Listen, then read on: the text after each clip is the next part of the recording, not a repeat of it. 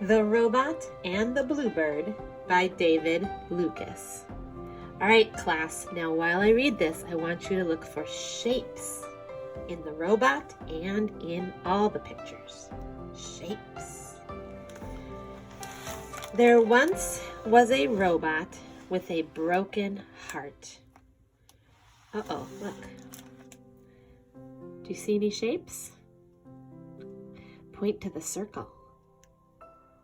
Yeah, that's where his heart was broken. Oh dear. The others did their best to fix him, but it wasn't any good. So he was sent to sit on the scrap heap with all the other old machines. He tried talking to them. He said, "My heart was broken, you know," but they didn't answer. All right, check this out. Do you see squares? Do you see triangles? Do you see rectangles? So many shapes. So he lay down and looked up at the sky. He lay there through the long dark nights and the empty days. He lay there rusting in the autumn rain. He lay there when the first snows of winter fell. Ooh, he looks cold. And there one day was a bluebird fighting against the freezing wind. She landed on his shoulder. "What are you doing here, little bird?" he said. "I'm flying south," she said weakly. "South, where the sun shines. But I'm so cold and tired, I can go no further." "I'm sure you don't want to stay here," said the robot. "I'm rubbish." But the bluebird just shivered and said nothing. "Well, there is a space where my heart used to be," said the robot gently. "You can sleep there if you like."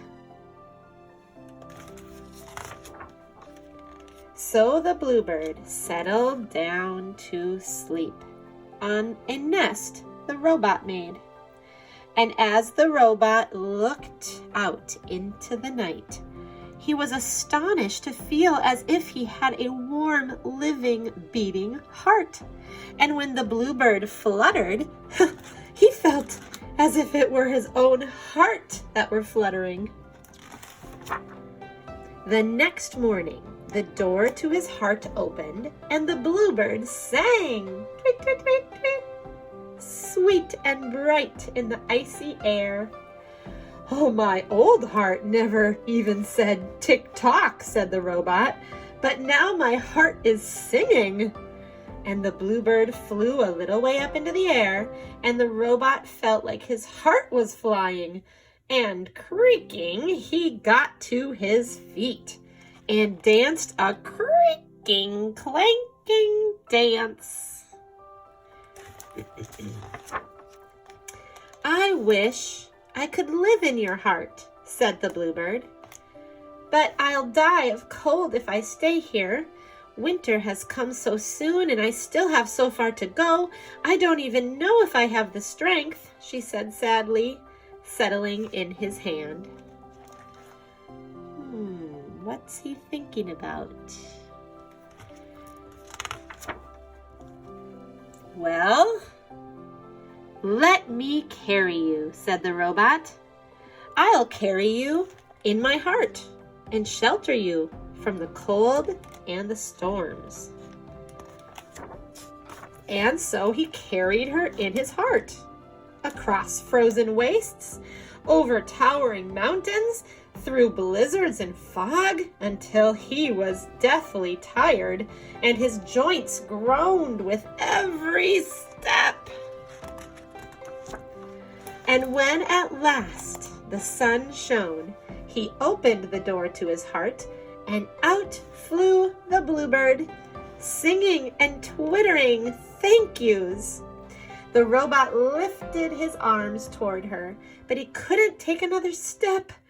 His strength had failed at last. "Make your home in my heart," he said with the faintest whisper, and he hung his head. And the bluebird lived in his heart always. And the robot stands there still, his arms outstretched like an old hollow tree, home every year to singing birds. The end. Wow, look at that. It's kind of like a scarecrow in the field. He made a good home for those birds. All right, I hope you enjoy painting or coloring your robot when you look at the project video today. See you later. Be on the lookout for all things beautiful.